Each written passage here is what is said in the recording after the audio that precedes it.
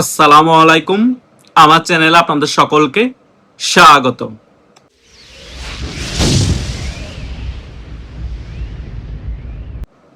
বাংলাদেশের মধ্যে আমরা অনেকবার দেখেছি গণ অভ্যুত্থান হতে।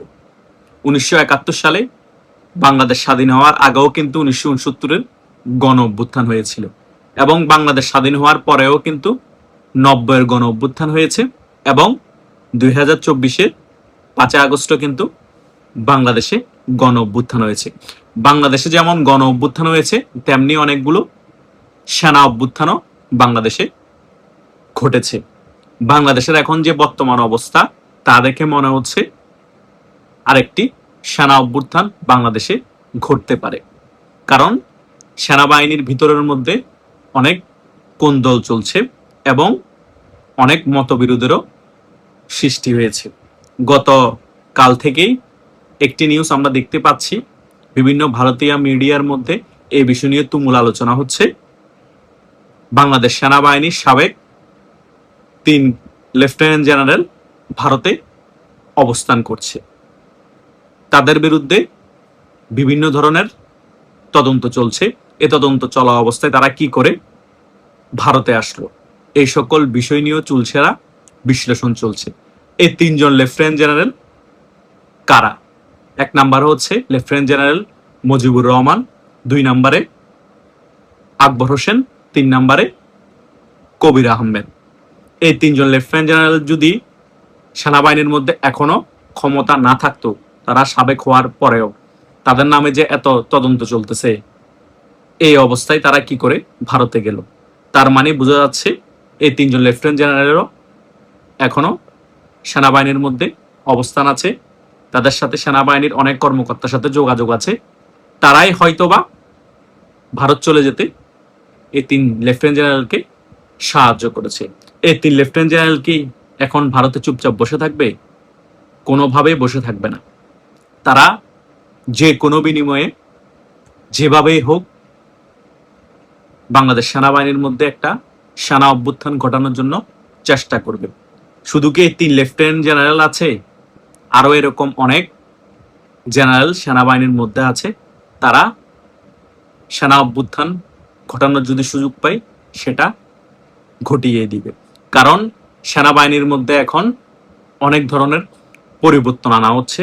এই সেনাবাহিনী একেবারে পাকিস্তানপন্থী হয়ে যাচ্ছে। এই সকল বিষয়গুলো সাবেক অনেক জেনারেল এবং বর্তমানের অনেক সেনা ঊর্ধ্বতন কর্মকর্তা মেনে নিতে পারছে না। কিন্তু বর্তমানে সেনাবাহিনীর প্রধান ওয়াকারুজ্জামানের অনেক বেশি প্রভাব থাকাতে সেনাবাহিনীতে তারা অনেক কিছু করতে চাইলেও করতে পারছে না। কিন্তু তারা কি চুপচাপ এভাবে সহ্য করবে এই সকল কিছু?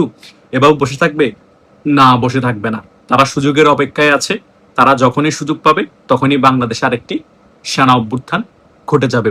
যতই বর্তমান সেনাবাহিনীর প্রধান ওয়াকারুজ্জামানকে পাকিস্তান সাপোর্ট দেখ, আমেরিকা সাপোর্ট দেখ, বর্তমান বিএনপি সরকারও তার পাশে থাকুক, কোনো লাভ হবে না। ভারত যদি টেকনিক্যালি ভাবে বর্তমানে সেনাবাহিনীর একটা অংশকে কূটনীতিকভাবে সাহায্য সহযোগিতা করে, সাপোর্ট দেয়, আর এই একটা পক্ষ সেনাবাহিনী যদি আরো স্ট্রংলি নিজেদেরকে গড়ে তুলতে পারে টেকনিক্যালি ভাবে, তারা কিন্তু আরেকটি সেনা অভ্যুত্থান ঘটিয়ে দিতে পারবে। এই শেখ মুজিবও কিন্তু হত্যা হয়েছিল এই বাংলাদেশ সেনাবাহিনীর হাতেই।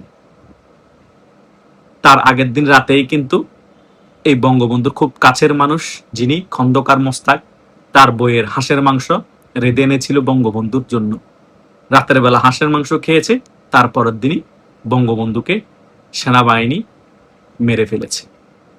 সেম জিয়া রহমানের খুব কাছের মানুষ ছিল জেনারেল আবুল মনসুর, তিনিও কিন্তু সেই তার কাছের বন্ধু জিয়া রহমানকে মেরে ফেলেছিল। তাই বাংলাদেশে সেনাবাহিনী যে কোনো মুহূর্তে যে কোনো কিছু করে ফেলতে পারে। কাছের এবং দূরের বলতে সেনাবাহিনীর কাছে কিছুই নেই। তারা দেশের সার্বভৌমত্ব রক্ষার্থে তারা বাংলাদেশের মানুষের কথা চিন্তা করে যদি এরকম কোনো ঘটনা ঘটিয়ে ফেলে, আরেকটি সেনা অভ্যুত্থান বাংলাদেশে ঘটিয়ে ফেলে, আমরা অবাক হব না। কারণ বাংলাদেশে কিন্তু এখনো মুক্তিযুদ্ধের পক্ষের শক্তি, স্বাধীনতার পক্ষের শক্তির পার্সেন্টেজ অনেক বেশি।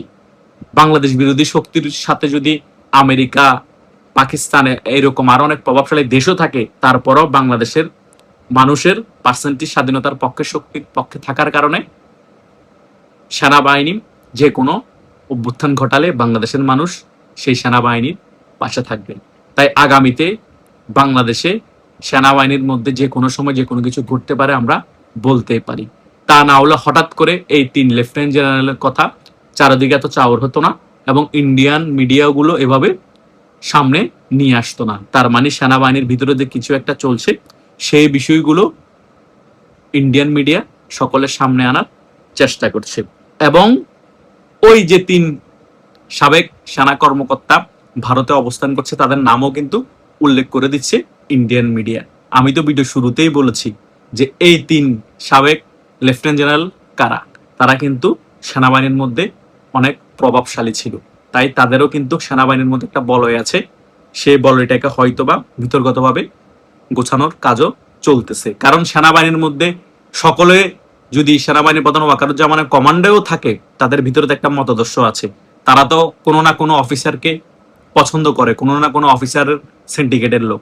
সো এভাবে যদি সারা বাংলাদেশে এই 3 সাবেক লেফটেন্যান্ট জেনারেলের সিন্ডিকেট এবং বাংলাদেশপন্থী এবং স্বাধীনতার পক্ষে সেনাবাহিনী যারা আছে তারা যদি সিন্ডিকেট করতে পারে স্ট্রংলি, তাহলে বাংলাদেশে আরেকটি সেনা অভ্যুত্থান ঘটানো সম্ভব। আবার সুন্দর একটি বাংলাদেশও আমরা পাবো যদি আরেকটি সেনা অভ্যুত্থান ঘটে। হয়তো বা 1-2 বছর সেনাবাহিনী বাংলাদেশ শাসন করতে পারে, কিন্তু তারপরে বাংলাদেশে আবার গণতান্ত্রিক প্রক্রিয়া ফিরে আসবে, সকল দল রাজনীতি করার অধিকার পাবে এবং সকল দল নির্বাচনও অংশগ্রহণ করতে পারবে, এবং ফ্রি অ্যান্ড ফেয়ারও নির্বাচন হওয়ার সম্ভাবনা তখন বেশি থাকবে। এখন একতরফাভাবে বাংলাদেশে যেভাবে রাজনীতি চলতেছে, এখন একতরফাভাবে যেভাবে বাংলাদেশে আমু এবং মামুদের সংসদ চলতেছে, সেভাবে আর এসব কিছু আমাদের দেখতে হবে না যদি সেনা অভ্যুত্থান ঘটে। সো বাংলাদেশের কথা চিন্তা করে হলো বাংলাদেশে এমন কিছু আগামীতে ঘটাতে হবে, সেটা সেনা অভ্যুত্থান হোক বা পাল্টা অভ্যুত্থান হোক। এভাবে করে একটা দেশ চলতে পারে না। বাংলাদেশের 50-60% মানুষকে জিম্মি রাখবেন, কথা বলতে দিবেন না, কোণঠাসা করে রাখবেন, তাদেরকে কথা বললেই স্বৈরাচারের দোসর বলবেন, জেল জুলুমে স্বীকার করাবেন, তাদেরকে জেলে ঢুকাবেন, হত্যা করবেন, গুম করবেন।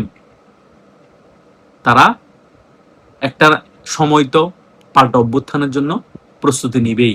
সেনাবাহিনীর মধ্যে সেম, সেনাবাহিনীর যারা মুক্তিযুদ্ধের পক্ষে শক্তি আছে, অনেকেই বঙ্গবন্ধুকে ভালোবাসে, তারাও হয়তোবা এই সকল বিষয় সহ্য করতে না পেরে একটা সময় তারাও সেনা অভ্যুত্থান ঘটিয়ে দিতে পারে আন্তর্জাতিক মহলের একটা পক্ষের সাপোর্টে। তাই বাংলাদেশের যে কোনো মুহূর্তে যে কোনো কিছু ঘটতে পারে। যারা এখন হতাশ হয়ে আছেন তারা হতাশ হওয়ার কিছু নাই।